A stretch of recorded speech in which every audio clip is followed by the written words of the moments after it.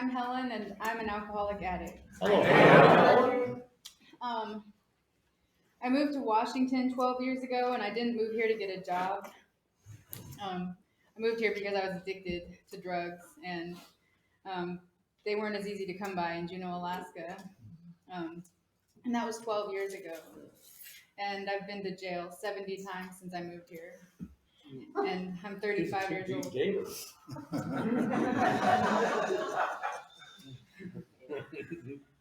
And I have 1 year and 4 months clean.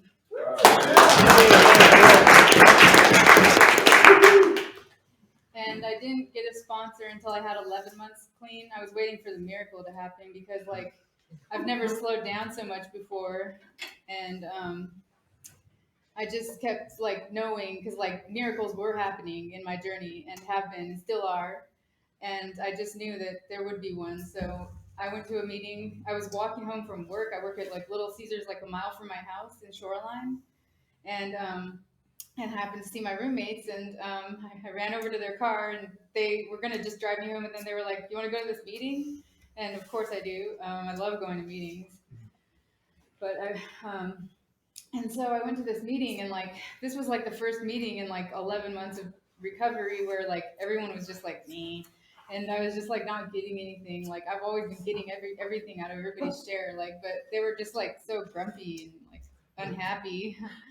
And then then my sponsor shared, and it was just a bright, shiny, beautiful, and she's just kind of well. And then when they asked if anyone's sponsoring, she was really raising her hand, I am. And I saw my opening, so I very shyly asked her if she'd be my sponsor because I knew I'd have homework. So I was like, I can do this. And then I was like, will you be my sponsor? I hope this is the right miracle, and it has been. So I got out of treatment January 14th and moved into this house that I live in. And I like to call it a 6-bedroom house because my first treatment center was when I was 13 years old, 22 years ago. So Wow. Yeah, so there's still chores and house meetings, and I'm learning the dynamics of a 6-bedroom house because the business meeting. And I like to keep it real, so I'm trying to find that real right now. My experience, strength, and hope. Let's see. Yeah, I mean, it all started when I was 13, and my dad put me in treatment because I was running away from home so much. He didn't know what to do, so I ran away from treatment. He put me in this treatment center in Juneau, Alaska, and they would take my shoes away because I kept running away, and I was like, "Can I get something out of my room?" And went out the window, and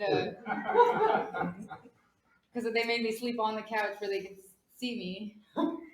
And so I snuck out. My room was right next to this couch, so I saw my way out, and I was running from them. They finally, the last time I ran away, I was running from them in my socks, and I darted into the woods because this is Juneau, Alaska, and they're running through the woods trying to catch me. And I felt older than 13. But I look back at pictures when I was in 4th grade, and that's when I started smoking cigarettes. And I was like, I can't believe I was smoking cigarettes. I looked so little, So my second treatment center was because I took my dad's car for a joyride, and he woke up from his nap and was worried about me, so he called the police. And I was almost home too, and I had a group of friends in the car that were just not wanting to get in. They're like, I don't know, because it's a really bright lapis blue car, which is purple, and everybody knows my dad's car, and I'm 13 driving this car.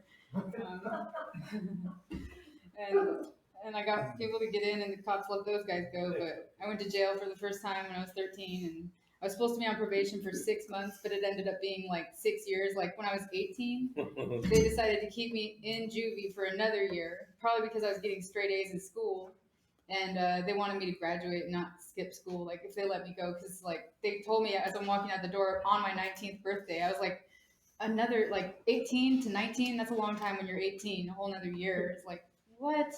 When they said we're keeping you. But I was having fun because we played spades a lot, and if we got in trouble, they'd take spades away from us, say we couldn't play spades. And I did pre-calculus before I graduated. And right out of juvie, I got married in Vegas. Like my friend's family was going on a trip, and he said we could get married while we're there. And I said okay.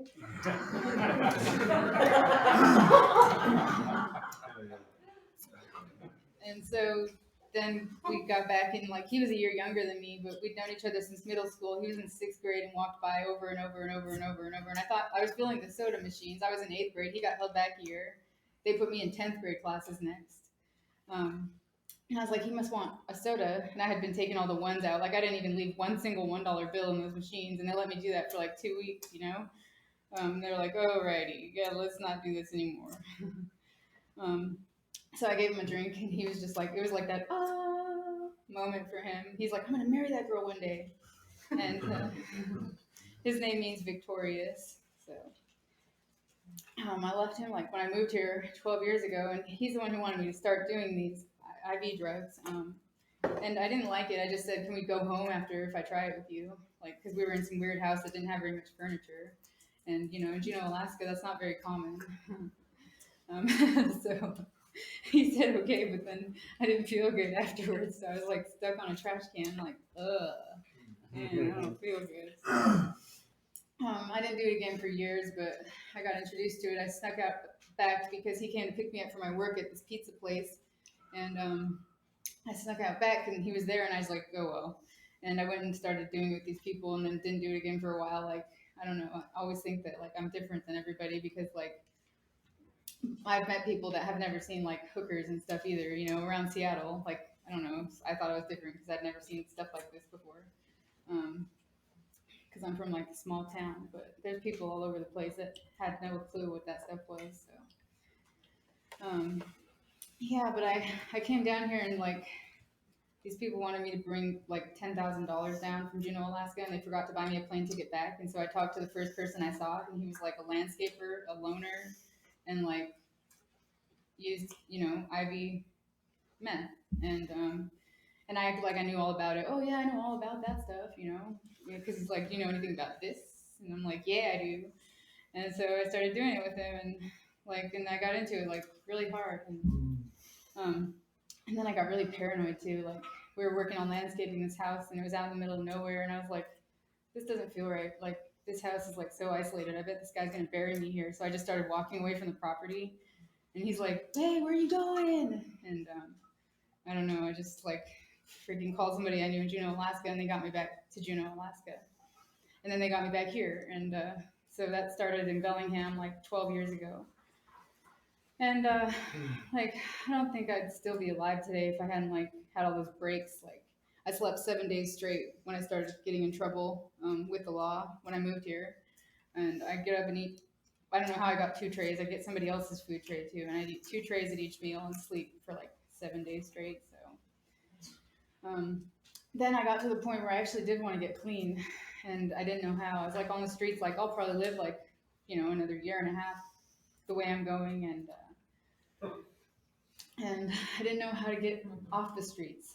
So I got in trouble, and like it's my 7th felony, but I didn't know that this truck was like stolen and that I was going to get in trouble for sleeping and staying in it and doing stuff in this truck.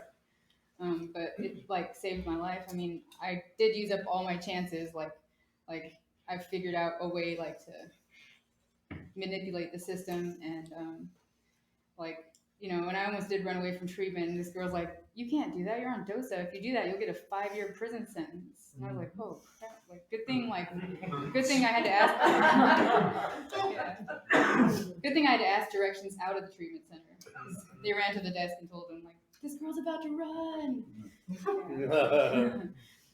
And I went to treatment 3 times that year. I got kicked out of the second one because I was just acting crazy and loud and rambunctious, and like after 7 days they kicked me out, so I didn't have to face that 5-year prison sentence. But then I realized I really did want to get clean, and I knew that there would be housing at the end of treatment, and I needed housing like more than anything. So I've lived in this Oxford house over a year now, and I've never done that before. I've been in one before where it lasted like 7 days, and then the next one was like 3 months, but I tore my ACL longboarding, and I didn't take any drugs.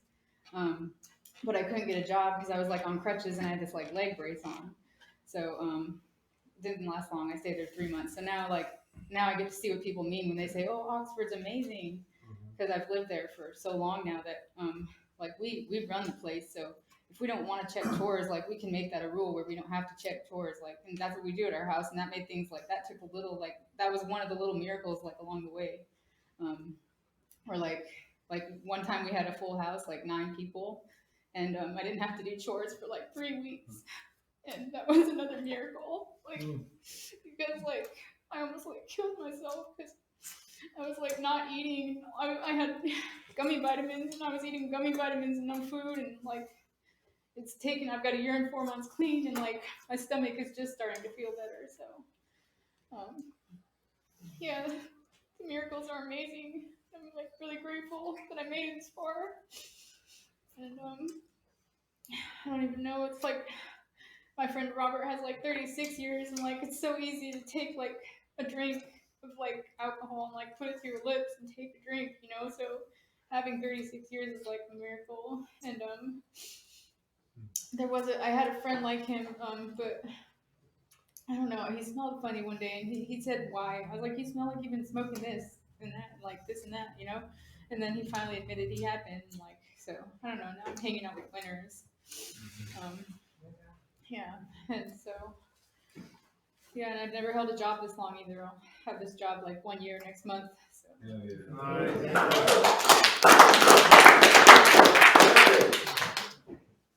Yeah, that's all I got.